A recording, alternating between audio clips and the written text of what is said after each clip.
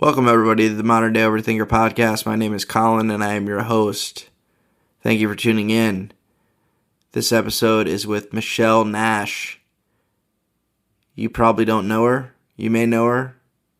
She went viral on Facebook recently. She had a positive post about men, which is always refreshing to see as a man. Talking about how there are good men out there. And that's always good to see. Wholesome, positive content on social media. There's a lot of negative content out there. It went weirdly crazy viral. Not weirdly, but crazy viral.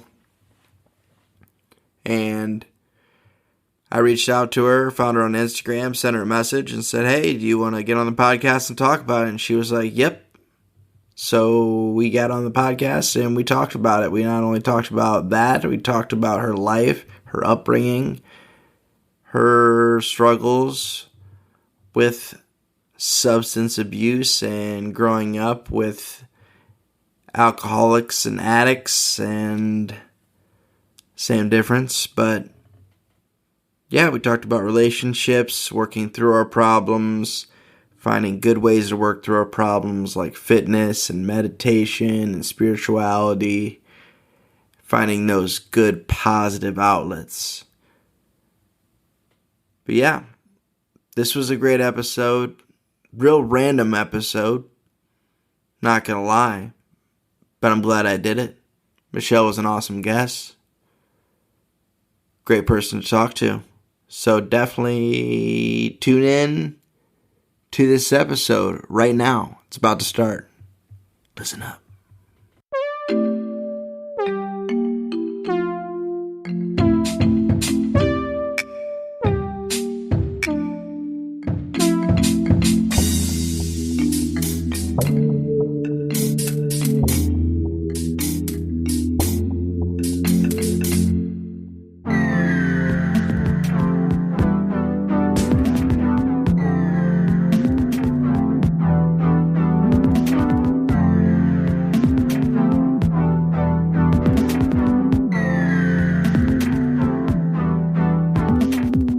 I'd like to do a brief intro and let you kind of introduce yourself and kind of where you're from and, you know, what you do and all that good stuff. And you can share however open you want to be about that. Doesn't really matter to me.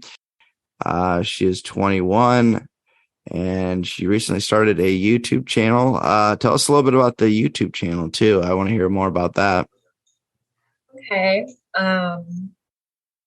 Yeah, I just started it, and it's mainly about spirituality. I'm a very spiritual person, and just kind of being more present in your life and being more grateful and just growing as a human being. That's awesome. That's another part of my podcast that I like to implement, and also the Instagram and the TikTok, and I like to make my videos not necessarily just like, because people think mental health, they think, oh, depression, anxiety, which is obviously a big part of it, but you know, spirituality and also being able to connect with other people and other things is very important. And I think that's definitely a good idea for you to dive into, especially if you're passionate about it. If you're not passionate about it, then obviously I don't recommend it, but it sounds like you are. That's the main thing when it comes to doing content. It's not gonna really do much if you're not passionate about it, or if you're not consistent. That's another thing. You sound like you really want to do this, and you were thinking about it for a while before you actually started doing it, correct? Yes, I've been thinking about starting a YouTube channel since I was like an early teenager. Yeah. But I never really had the opportunity to, I guess. So now that I like live on my own and I can just do whatever I want, it's kind of easier to just step into that. Yeah, that's that freedom. Yeah, I'm trying to get to that point myself.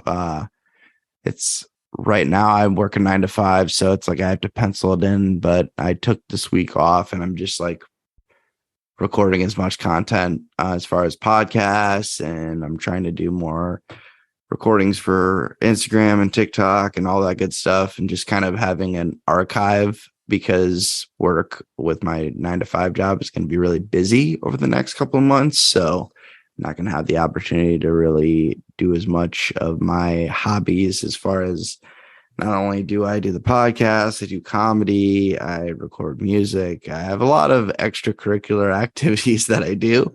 And eventually I'd like to get to the point where I can do some of that full time. I'm just not quite there yet financially, unfortunately, but I hope to get there at some point. So that's awesome that you're there and you seem to have a little bit more time to focus on that, which is, I'm very jealous. I I have like also like a full-time job. I just like, yeah, I'm kind of where you're at. I just fit it in when I can, and it is difficult. Well, it sounds like I don't want to assume anything, but are you in a relationship right now? Not exactly, no. Not exactly. So cause those can take up some time as well. So when you're, and living alone, you have that, that personal freedom to be like, hey, I'm just going to do this right now. And there's not anyone to interrupt you really, except for maybe your cats. Yeah. But they're, like we were talking about earlier, they're pretty low maintenance. So, and sometimes they don't really want to hang out with you anyway. That's how my cat is. Like sometimes like she really wants to be all up in my face, and otherwise it's like, nah, I'm good. Yeah, they just hang out with each other, really. Oh, that's cool. Yeah. I thought about implementing another cat, but like I said, mine's she's very much independent and, like I said, a diva, for lack of a better way to put it. Yeah, I introduced my cats when they were like kittens, so they just kind of grew. Yeah, they grew up together. So yeah, that helps. Like my cat's 4, so it'd be tough. I think I'm too late. But you did it like gradually, it might not be so bad. Yeah, it might not be. It's tough to say. But also that's more food and more litter box cleaning. So I don't know if I want that either. Yeah, you're right. So I'm good with one for now.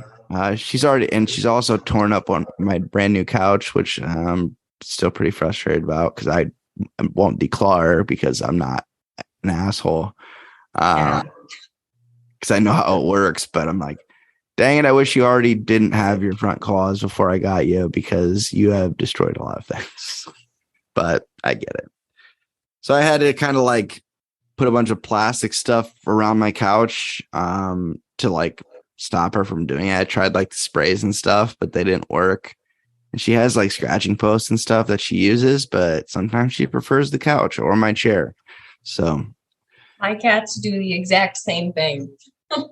Yeah, I've tried like implementing a spray bottle and spraying her, and she will run away when the spray bottle's up. I can't catch her every time, Yeah. They're sneaky creatures, that's for sure. And smarter than I thought. Because I grew up with dogs, so I didn't know what to expect when I got a cat. So they're oddly loving. Mine is, so. Yeah, she can be, but speaking of mental health, if I had to diagnose my cat, I would say she's bipolar. Because some days it's like, or some times of the day, it's like she's really lovable, and otherwise it's like, get away from me. I hate everyone. I'm like, okay, all right. Yeah, it's interesting. And she doesn't like the vet either, and the vets don't really like her. So I have to drug her up next time I take her to the vet. Gosh. Yeah. Yeah, my cats don't like the vet either. Yeah, I don't think many animals like going to the vet, dogs or cats, from what I've heard. But she really, really gets vicious. It's not good. But anyway, I could talk about my cat all day. We could we'll steer that away here. I know you wanted to talk about a little bit about your upbringing and how that's kind of affected your mental health and what you've kind of done to kind of reflect on that and learn from it and grow as a person, because that sounds like what you're trying to do personally and with the YouTube channel. So tell me a little bit about that. Alrighty. So, um, my father is like an alcoholic. So when I was like a child, he was pretty violent most of the time. And that continued until I like moved out. So that's really the only like experience I've ever had with my dad is just not Bad. good. Yeah. So that kind of carried in my adult life. Like I was just like angry all the time, or I used it as an excuse to be mean or negative. Mm-hmm. And I quickly realized that I don't have to like live the way that my parents did. So that's kind of where my spiritual journey is going. I just want a better life for myself and just, yeah. So you said your dad is an alcoholic, but are your parents together, or were they together when you grew up? They are together. He's my stepfather, so Got it. So your biological father, we don't have to talk about that, but I mean, he's not really present in my life, but he is also an alcoholic. Got it. You are from Missouri. All right. Yeah. Yeah. It's a big problem in Iowa too. It's a Midwest thing. Well, obviously there's alcoholics everywhere, but it's kind of a Midwest thing to like, we don't have anything else to do, so we're just going to drink all the time. Yeah, basically. Yeah. I had my struggles with alcohol as well, more with just addiction in general. I have been on the no alcohol, no drugs thing for a little over 5 years now. And it just because it just was complete negativity in my life. So I just cut it out. One day I just like, I'm done. I'm just sick of all this stuff. And addiction does run in my family a little bit, not directly with my parents, but some of my uncles and aunts have dealt with addiction problems. So, relatives, and I think I got that gene. So I just was like, I'm just going to cut all this out because it's just not good for me. Yeah, I can really relate there because most of my family are addicts. Mm-hmm. And so I've been sober from alcohol since January of this year. And Awesome. also, I don't smoke weed. I did smoke weed like maybe like a month or two ago, but I've also recently stopped that. Yeah, it's just better when your mind is clear and not in a fog like that. I completely agree because, yeah, weed was the toughest one for me. And that's because everybody thinks it's so harmless, and it kind of is, but it's just like it holds you back, I feel like. Yeah. It helps with some creativity. I will give it that, but I can still be creative without it. And I've learned that. It took me a little while to learn that. At first, it was like almost like going through a breakup with weed. It was weird. Yeah. I had like a shroom trip and it was pretty bad. Ooh. So like after I experienced that, like smoking weed wasn't really an option anymore because it was just so anxiety inducing. Ooh, yeah, I feel that. I got to that point too. And I never did, and I never tripped. I was always too scared. I was always too scared to do it. I was given many opportunities. I was like, oh, I don't know. I've heard some good things about it. I've heard some bad things about it. I'm just like, My mind always goes to the negative. Not as much as it used to, but especially back then, I was like, this sounds like something that is going to be really bad for me, and I don't. Yeah, Yeah. I'm just gonna steer clear and not gamble on the odds of me having a good or a bad trip. I'm like, I'm good. I'm just not gonna do it. Yeah, it's just safer that way. Yeah. And then I have friends that are like, well, you could just microdose and da da da. I'm like, I think I'm good. It's honestly better to just not. Yeah. It's like, you guys, I've done enough self-medicating. I don't need to. I talked to my psychiatrist about this kind of stuff. I don't need your advice, and Yeah.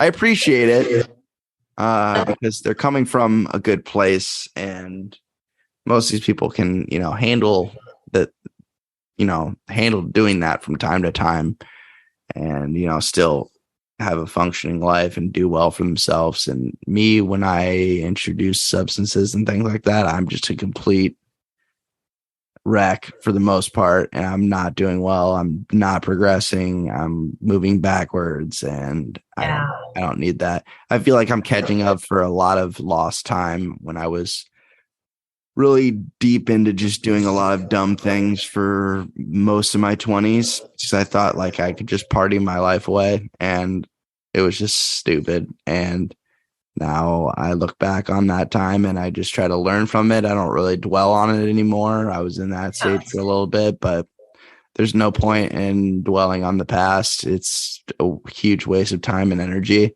But, learning from it and realizing, what can I do better now, and how can I become a better person? Which I like how you brought up trying to become a better person. That's what I try to do every day. There's always something I can be working on, and I feel like it's just like that's what life should be about, is a constant journey to just make yourself the best person that you can be. And I agree. yeah, and that's what I'm trying to do. And it's that's the one thing, nobody's perfect, and that means that there's always something you can be doing. So I completely. So what are some of the things that you've implemented to kind of help better your life? And, have you had to cut some of those people out of your life, or like maybe like, I mean, yeah, I still like see my parents but I don't really talk to the rest of my family very much, which is fine. I think it's for the best. But I mean, I like to do like daily meditation and just like focus on bettering the insides. Um, going yeah, within, it helps me a lot to just do that. I definitely understand where you're coming from. And yeah, because it's tough with parents too. It's like, you're like, these are my parents. These are the people that raised me. And I understand, they have their issues, but I still like care about them. And I'm yeah, very, I'm very close with my mother. I don't really does pay she much just kind of, attention. put up with that? And Yeah, she does. I try to explain to her that she doesn't have to yeah. go on with that, but she just kind of says that it's too late. And I'm just like, it's never too late to choose yourself and choose a happier life. Yeah, I get where she's coming from. I get that perspective, but yeah, I agree with you. It's like, it's not ever too late.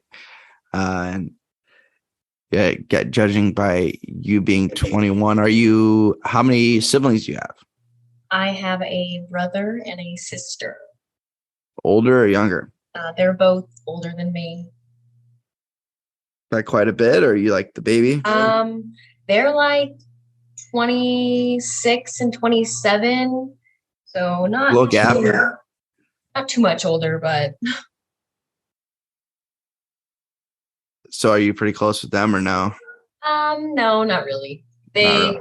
My brother is more into the like drugs and alcohol thing. But me and my sister, we have different mothers, so we haven't been around each other since we were children anyway. So Oh, okay. So you never really got a chance to really build that relationship a lot, or at least in a while anyway.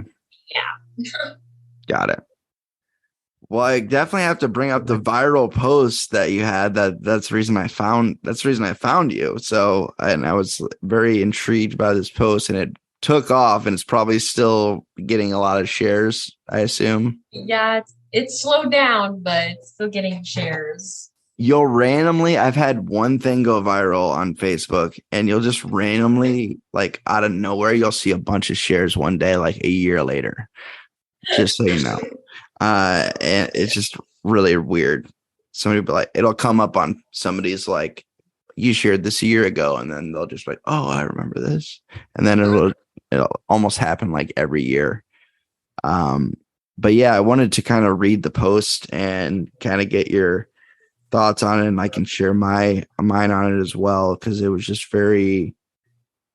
it's something I've been seeing as a trend on TikTok too, just like women using their voices to kind of like let other women know that, not all men suck and not all men are trash. And it's like, there's a lot of, there's a side of the internet where it's just like complete men bashing. And it's just like, it's really frustrating because you're just like, yeah, I get there's some crap men out there, but there's also some crappy women. There's crappy people out there in general. It's just like, why do you have to like narrow it down to just like all men are terrible, patriarchy, all that stuff? And I'm just like, okay, but I'm just going to read the post real quick. Obviously you wrote it, but I want to read it for the recording here and for the listeners. And so this was on August 22nd. So not too long ago. So you wrote, for any women that need to hear this, there are loving men out there. There are men who will sit and listen to you while you talk about something that bothered you. There are men out there that will take accountability and apologize, who can be aware of their behavior and how it affected you. Men that you can grow with, men that will make you feel appreciated. You don't have to go through years of trauma with a man who doesn't know how to communicate and has no emotional intelligence. You are worthy of healthy love, and it is out there, I promise you. So what kind of sparked this post, I should say? We'll start there.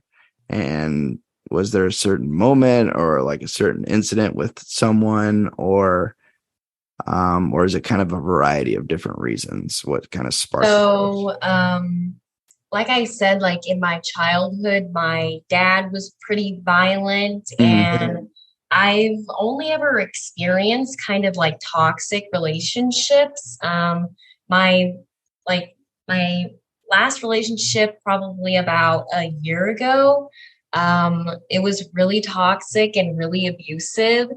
And it took me a lot to like kind of get out of that mindset. And I did end up meeting somebody that just showed me that is not normal, and it's normal to like be able to communicate with somebody and that they will listen to you and take accountability.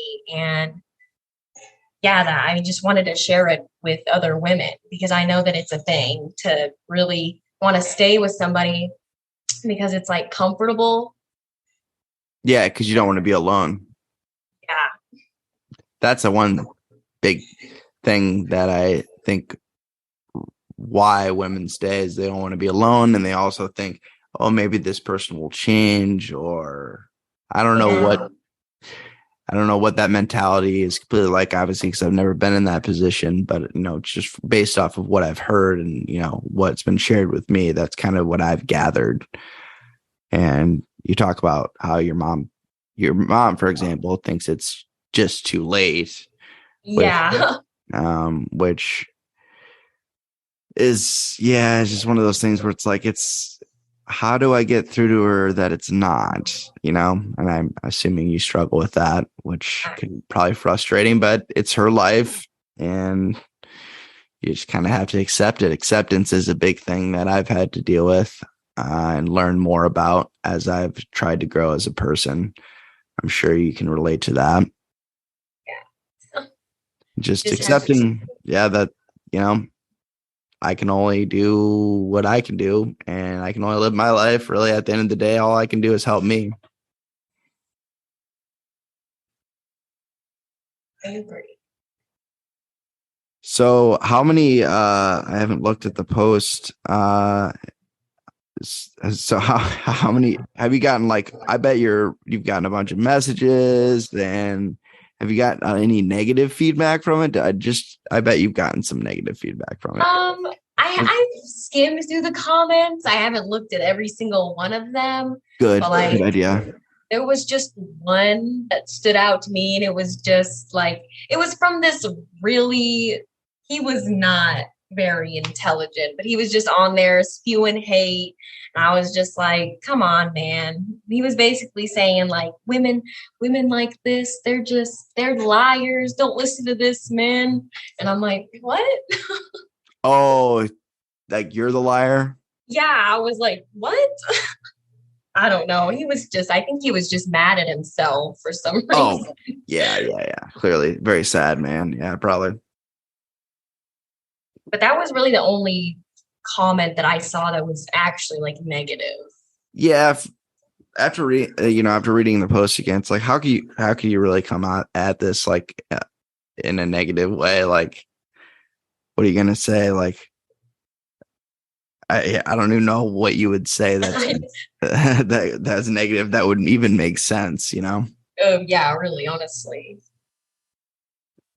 So, you said you found someone that like kind of showed you the way. Is this kind of like a friend or someone that you had another relationship with, or was it just somebody that was just like, I could see this that you spent a lot of time with? You're like, this guy is not like those guys that I thought that I've been with in the past. So how did that come about, or that realization, I should say? Well, I mean, yeah, I guess we were in a relationship and it recently just ended for distance purposes. Because he lives far away, but yeah, he really just showed me that like emotional intelligence and communication is possible with the male species. Yeah, it is. I've been trying to say this for years, but it's better when it was better coming from a woman. That's why we need your help out there. So, and like, I think it has a lot to do with standards, if I'm being honest, because a lot of women, they don't have very many standards or boundaries when it comes to men. And I think that's really important for finding a man that will do those things with you. Yeah, not settling for somebody that won't. Yeah. Yeah. And yeah, it seems like, and it's like, what do you, and also I've heard as an argument, like, yeah, women want, these type of things, but at the same time, it's like, what are the, as a woman, what are you bringing to the table too? Because the relationship is a two-way street, It's not really about bringing anything to like the table. I mean, relationships are a team effort. And well, yeah. When like, I mean, I don't really care about the financial. I don't mean like that. I didn't mean like, what are you bringing to the table? Like, how much money do you have? I didn't mean it like that. I meant like, how much emotional intelligence do you have? Like, yeah, I mean, I think that goes hand in hand with being able to work and grow together. Because if you can't like sit down and have it like an intelligent, emotional conversation with one another, then it's not going to be very progressive. No, it's going to be more like a friendship with some benefits, maybe, or not even that. Or you turn into like hating each other really quickly. Yeah. Yeah, it's just relationships with me are very tricky because I've only been in a couple serious relationships, And I'm the type of person that I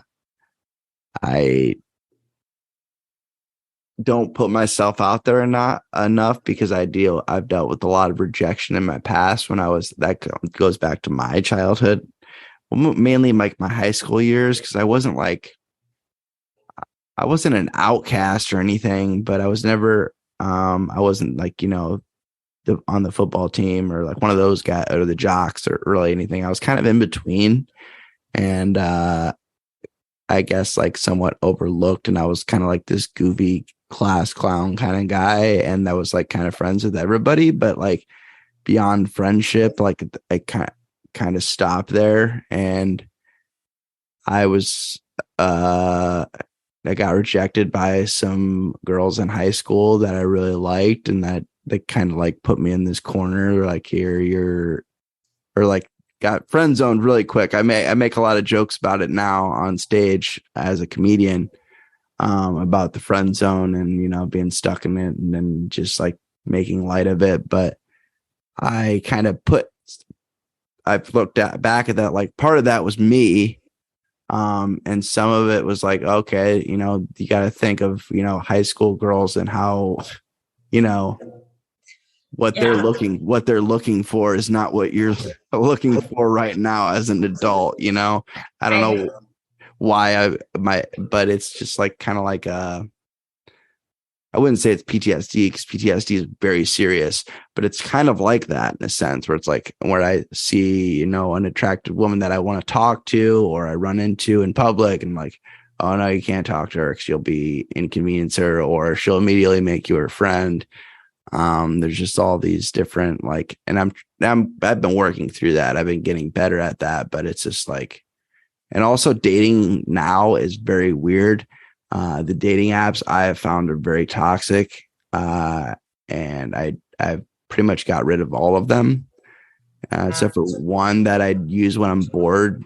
That's like the only that's like the only reason I have it, or because I can't let go of all of them. I don't know yet, but just like very superficial and just on the surface stuff. It's like I just want to be able to like meet people in real life and get to know them and have conversations, and everything has to do with like an app or you have to meet these qualifications. But it's like almost like a job application on these apps. It's like before just to have a first date, it's like we could just meet in a public place. Like if it doesn't go well, then it doesn't go well. Like what's the big risk here? I don't understand. I just stay away from those dating apps because I like you said, I like to meet people in person.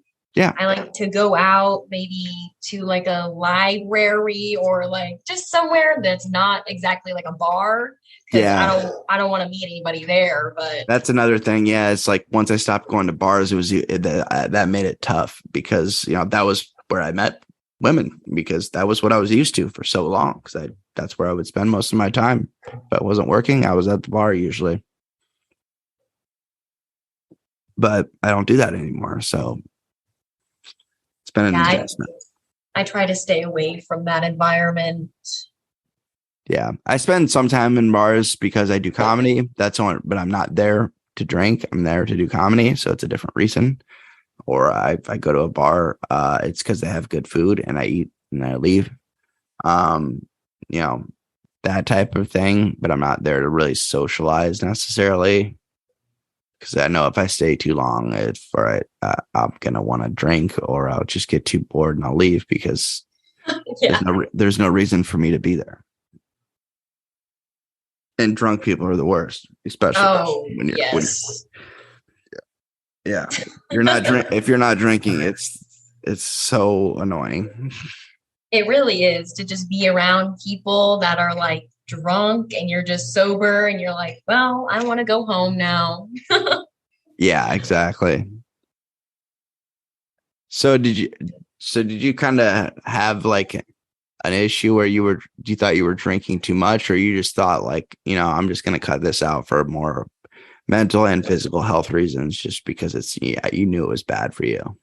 Well, after that really toxic relationship that I had about a year ago, it kind of like made me go into this really dark place in my life where I was only depending on like going out and like drinking a lot and smoking all like every day. Yeah. And like I just made the conscious decision to just stop doing all of that because it was really bad for my mental health, and the progression in my life was just not going anywhere. Yeah. That sounds like you kind of could see the future and it didn't look good.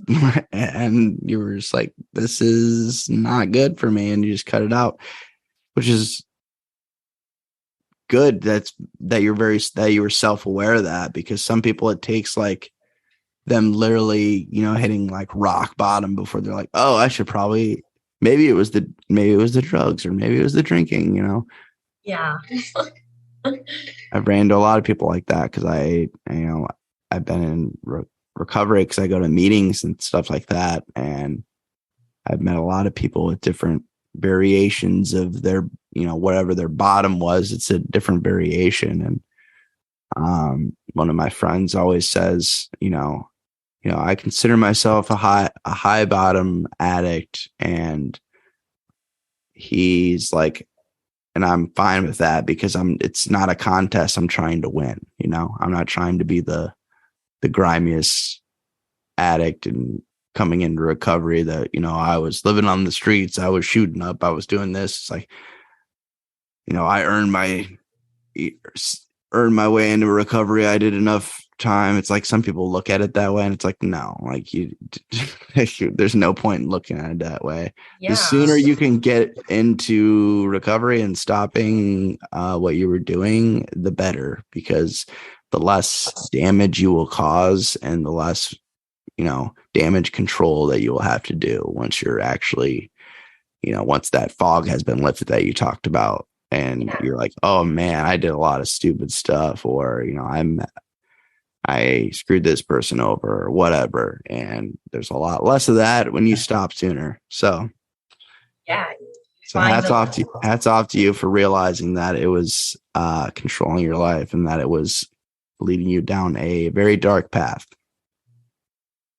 Thank you.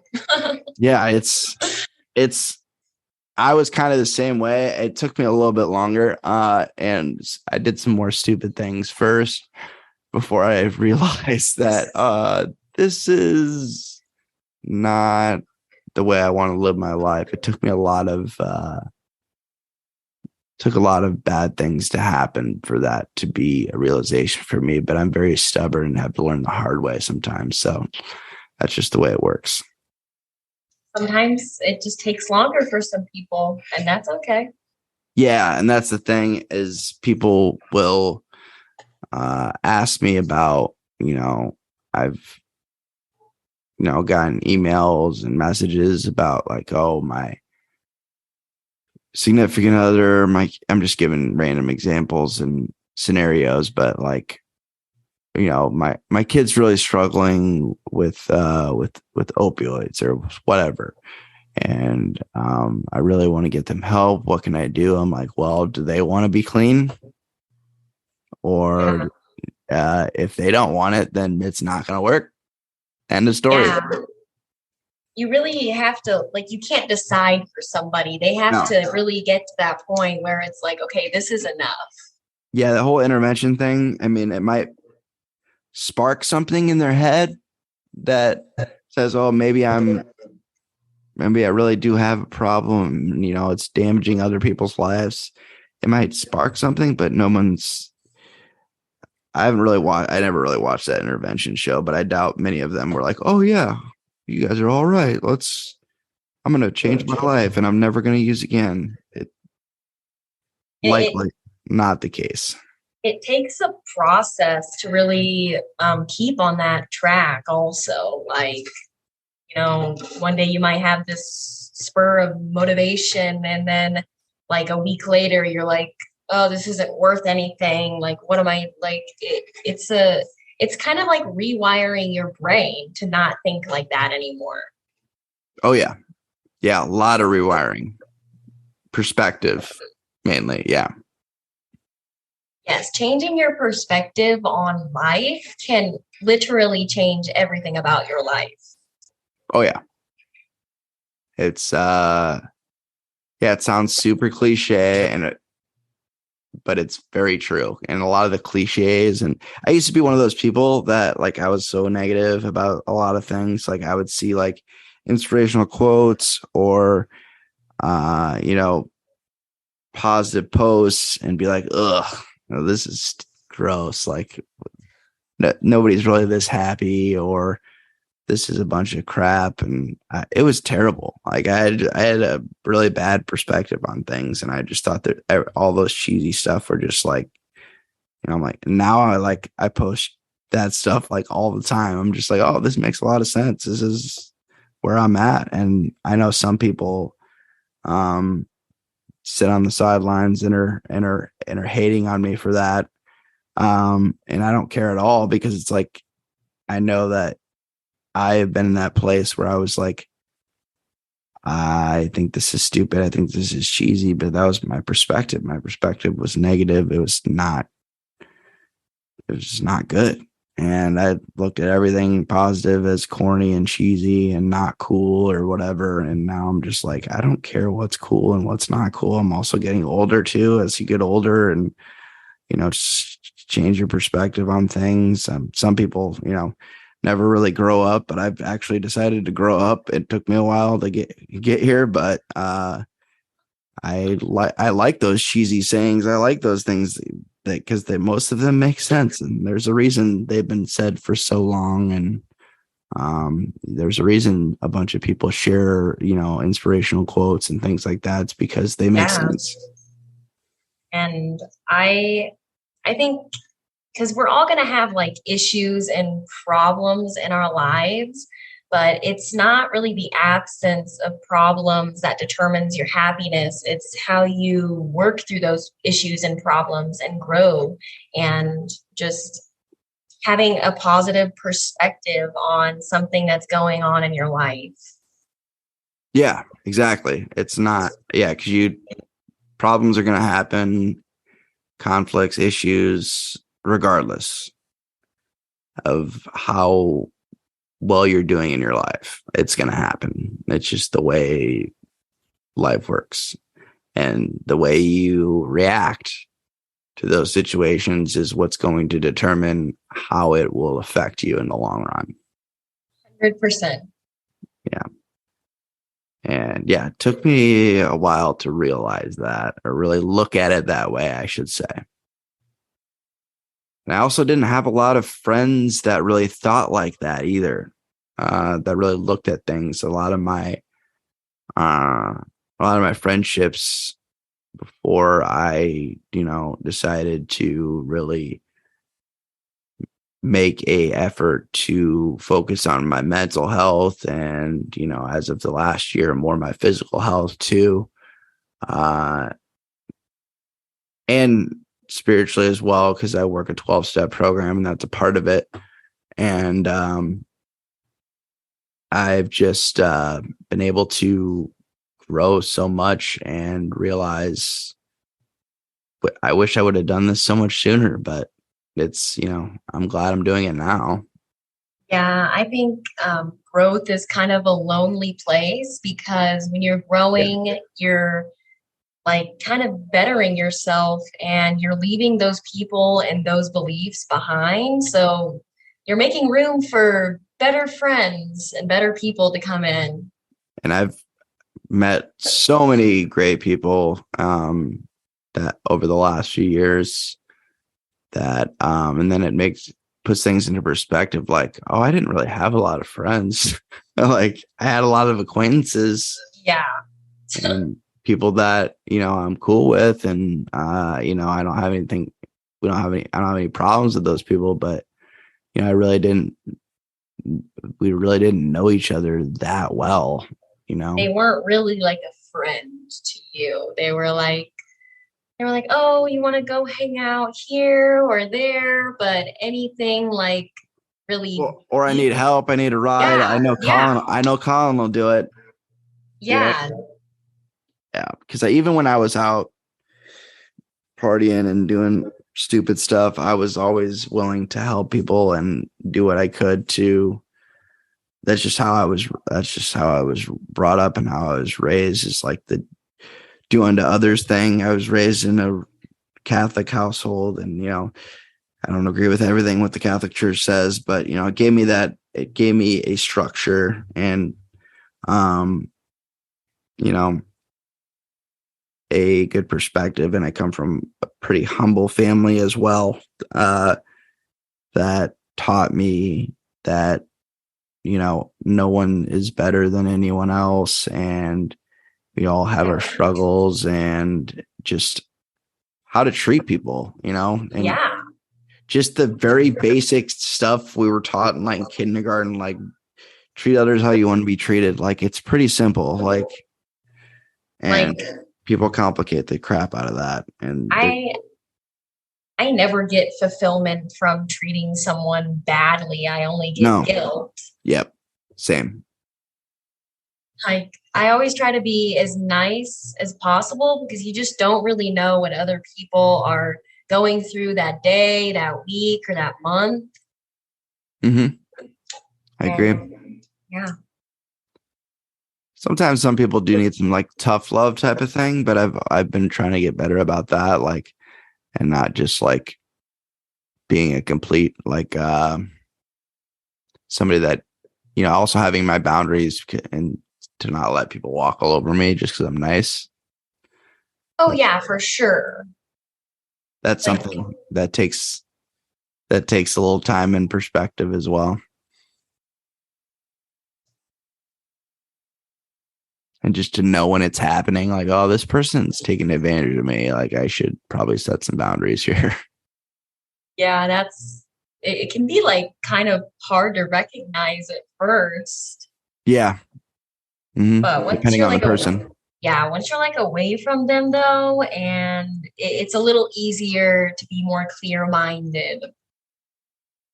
Oh yeah. Yeah, I completely agree.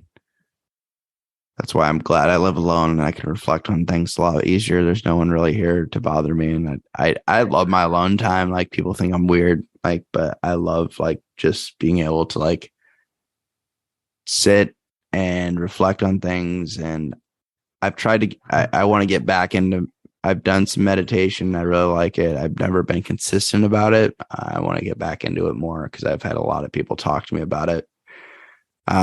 Actually going to the next podcast guest I have is she's a therapist and she also does a lot of yoga and meditation, and we're going to talk a lot about that as well. So that'll be really cool to learn more about that because she probably has some pointers for me, or even if you have any pointers. Like I'm just trying to be more consistent about it. Like that's my biggest thing is I'm not a very trying to be better about it, but I'm not the most organized person ever. I'm trying to use, like my calendar and scheduling things and being better about that. And when I'm not at work, like it seems like my life is like very like chaotic and I'm just kind of like running around doing all this random stuff. And it's just like, that's why I took a week off work because I'm like, I need a week off just to like, get my shit together, Yeah. So like I feel like meditation for me, it's not really about just sitting silently in my thoughts. It's more so recognizing them. Yeah. And I have terrible problems with like anxiety and stuff. And meditating every day for at least 10 minutes for me, like right when I wake up, has like it kind of like quiets my mind and it stabilizes me for the rest of the day. And so you start your day out that way? Yeah. And awesome. Yeah, I meditate every single day. And when you don't want to do it is like the most important time that you should, because that's like your ego telling you that like this isn't important, but it really is very good for your like mental health and stability in life. I've heard nothing but good things. I mean, it's definitely not a bad thing for me to implement. It's just, it's just like I need to be more disciplined about it with it took me forever, for example, to get into any type of workout routine or exercise.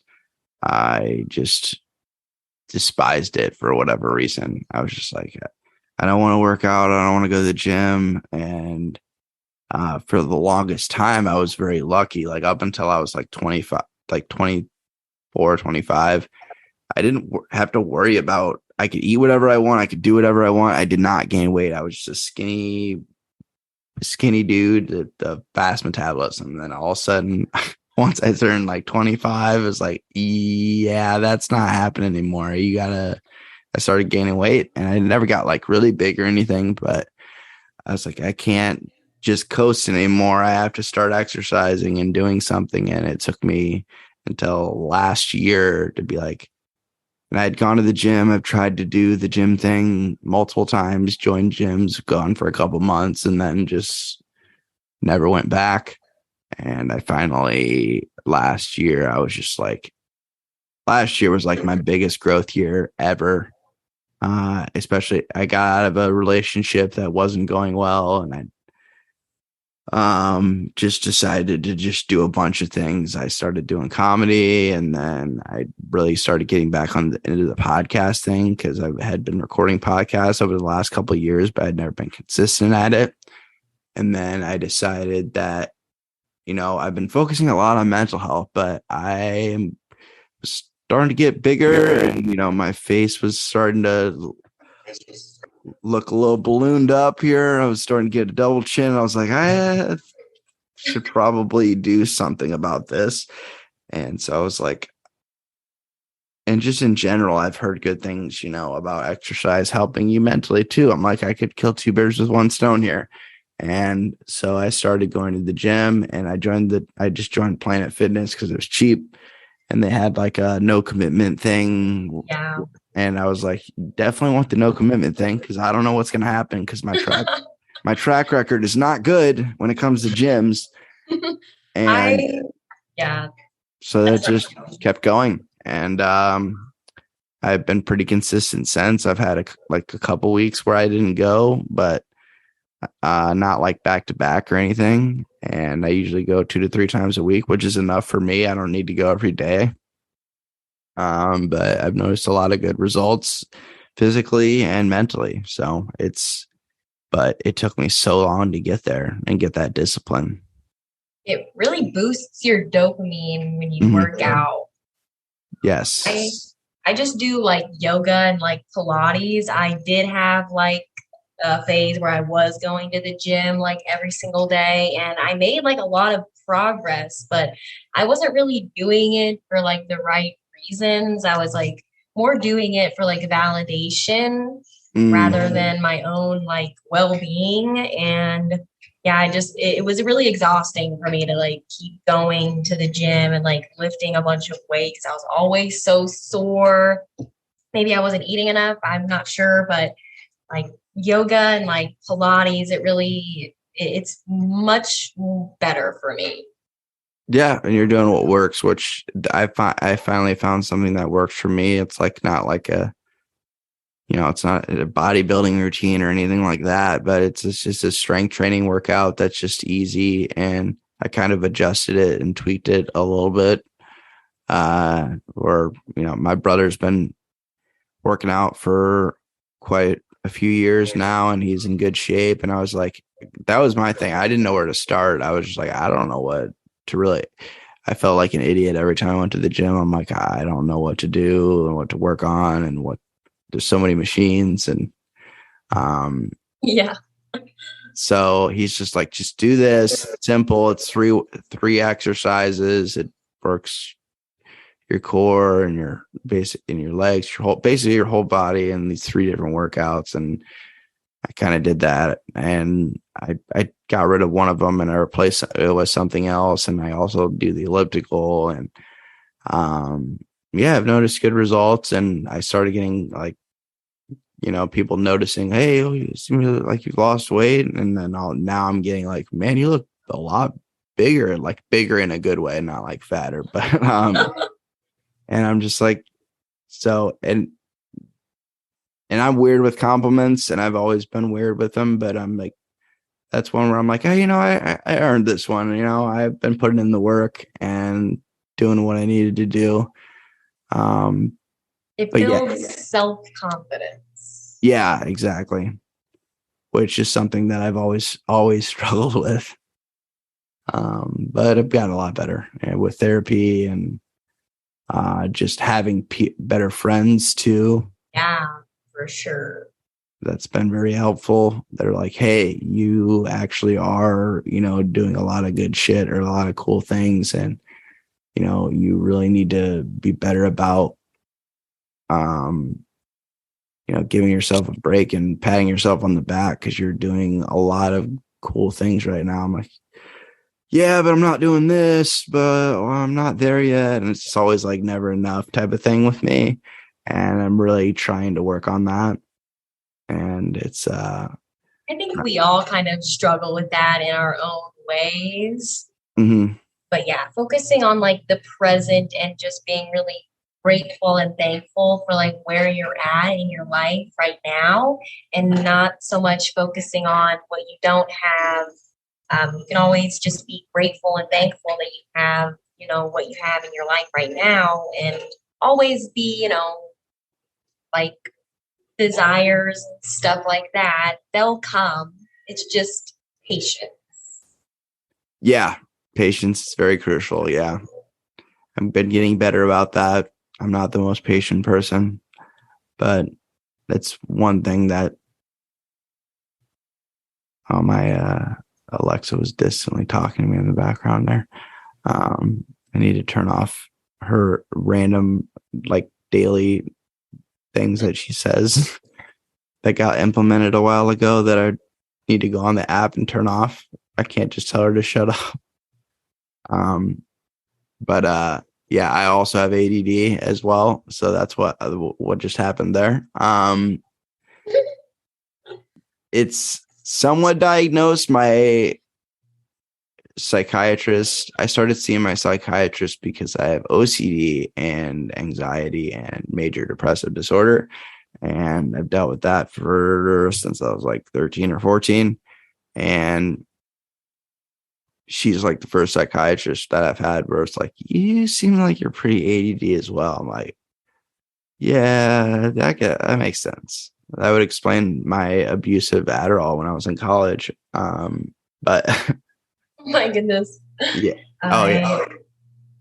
I have never like went to like a psychiatrist to be diagnosed for like depression or ADHD.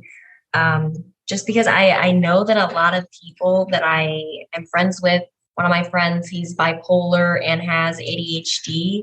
And he says that, he says it's helped him a lot, the medication, but he also says that he's just kind of like numb, like he doesn't really feel very much. And I don't know, I think I would personally rather feel heavy emotions than feel nothing and learn how to cope with it. But everyone is different. And like, obviously some people really need medication to be like, okay. Yeah. Bipolar. I'm kind of on the knowing many bipolar people who are unmedicated, and have met them. Most of them, about 95% of them should be on medication, or the ones I know that are like, I have a friend of mine that's been on it for many, many years. And he's like, dude, you would not want to be around me if I was not taking this medication. Yeah. It's kind of like I'm not bipolar or anything. Yeah. So Bipolar like, is a tough one. Yeah. That one. I don't have that experience personally. Yeah. But my friend talks about it. Like he gets really bad depressive episodes and manic episodes where he also like goes and spends all of his money. Yep. Yeah, just trying to find a balance there, and also being able to feel things. Yeah, and medication's kind of a crapshoot because there's a lot of medications out there, and also getting the dosage right and all that stuff. So it can take some time and patience for that too. And I've I'm still not on the, where I'm at with my medication the way I want to. And I've been on medication on and off mostly on for a long time. But, I'm trying to get into, I've tried to do the no medication thing. It might have been a timing thing, but it did not work well for me. Mainly with my OCD, I get really, I get really obsessive about things, and my compulsions get really bad where I start like having to like touch things a bunch of times or wash my hands a million times. And it's completely like controls my life. And medication helps with that. And also therapy helps with that as well. The main therapy that they use for OCD is exposure response prevention, ERP therapy, which basically makes you like kind of like you have an obsession, like say, oh, I think like my mind says, oh, you need to wash your hands right now because you have, a chemical on your hands that if you touch something or if you touch somebody's food, you're going to, or if you're cooking for someone, you're going to poison them or something, something ridiculous like that. Because it's never really like I have two parts of my brain. I have the realistic part, and then I have like the OCD part where that's not realistic at all. That kind of, they conflict with each other. It's kind of the easiest way to describe it. And that OCD side of my brain can overpower the other one and like get me to believe things or find doubt in things. And if there's enough sliver of doubt, then I will give in and, wash my hands and be like, just in case. But the ERP therapy is like, hey, sit with that. Don't wash your hands. Sit with the anxiety and wait for it to subside and then keep going about your day. It's easier said than done, but the more you do it, the better you are at. Yeah, it sounds very difficult. It's very intense. And but it's the best method that seems to have worked. And I'm going to have my friend Jenna, who's a virtual friend of mine that I've met through Instagram, who works for a company called NoCD that I actually have done therapy with, and I do therapy with.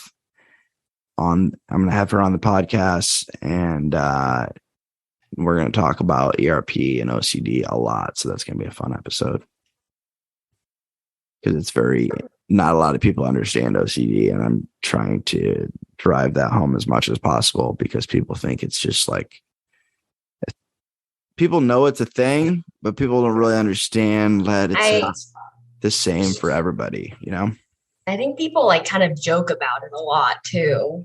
Like, it's frustrating. Yeah. Yeah. I don't mind jokes if it's good, if it's funny.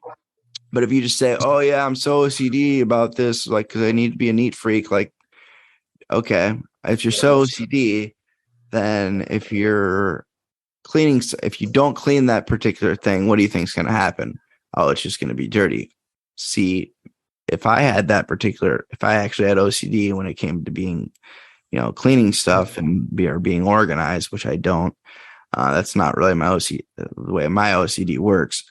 But say I had that, for example, my mind would say, oh, if you don't clean this right now, your family's going to die. Like crazy stuff, like completely unrealistic things. But there'll be one sliver of doubt, like, well, what if that could happen? I'm giving a very extreme example, but that is how OCD works. You're not just OCD just because you're a little tidy or a little clean. Like that's this kind of the stigma that we're trying to break with like OCD awareness, because people will joke about it and make light of it. And when it's really like I know people that, don't leave there's people out there that don't leave their house because they're that afraid of, what's out there and what compulsions they're going to have to do just to get through their day. That could be really difficult for somebody. Oh yeah. It's we're gonna dive into it. Yeah, 'cause real seriously especially with my friend Jenna, like she had postpartum OCD, which is I didn't even know was a thing. I've heard of postpartum depression, but not postpartum, like anxiety with OCD is an anxiety disorder. And where she had an issue with her kid, and like she couldn't be around her kid because she thought she was gonna hurt him, and she obviously didn't want to, but it was just like this unrealistic fear that she was going to like randomly like hurt him or forget to put him in the car, and like she would like know he was in the back seat but still stop and like go check to make sure he's back there, and like just completely like I can't even imagine. Yeah, it's hard to explain it to somebody because it doesn't really make sense, and we know it doesn't make sense, but it's just that it's irrational fears is basically what's a big part of it. And our brain just gets stuck on it and finds like that little sliver of doubt, and that's all that it takes for it to be like, okay, I have to do this compulsion just in case. It'll make my anxiety better, but it's only a quick solution to a problem that's going to keep happening, and it's just going to keep going and snowballing out of control if you continue to do those compulsions because you're feeding into it. Very complicated, but yeah, you're right about people making light of it, and it is frustrating. And I'm not really one of those people that gets like triggered over things, but that's one of those things where I'm just like, oh, I don't get like super upset about it anymore. I'm just like, this is annoying. Like clearly this person doesn't know what OCD really is. So I'm just gonna let it slide. But I'm also going to educate people wherever I can, so they know that it's not as for some people it's not as serious as for others, but it is more serious than a lot of people think it is. But I'm trying to think of what else. We're getting close to my time here because I'm having somebody else on it too. So is there anything else you wanted to cover or bring up for anyone listening? I think we've went over most of the things that I really wanted to say. Any do you want to plug your YouTube channel real quick? I love to plug stuff. It's just my name, Michelle Nash. That's all it is. I have like 2 videos on there right now, but obviously I'm working to get more content out there. Are you doing just YouTube for now? Yeah. I appreciate you taking your time and also being patient with me with the technical stuff. I hope the audio turns out okay with everything going on. Thanks for having me. Yeah, of course.